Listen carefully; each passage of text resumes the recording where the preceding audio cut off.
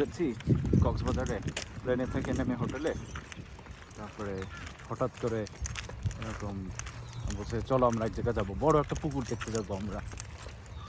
যাচ্ছি যাচ্ছি যাচ্ছি যাচ্ছি, পাশ দিয়ে দেখি দুই পাশে টিনের চালের দোকান, আমাদের ঝিনুক শামুক এগুলো সব ঝুলানো। হাঁটতে হাঁটতে হাঁটতে হাঁটতে হাঁটতে হাঁটতে হাঁটতে যাচ্ছি, হঠাৎ দেখি এরকম বড় বড় ঢেউ এসে আছড়ায় আছড়ায় পড়তেছে এই বালির উপরে। আমি আর মন তো দেখে পাগল, এইটা কি, এটাকে কি বলে, আমরা কখনো দেখি না এরকম।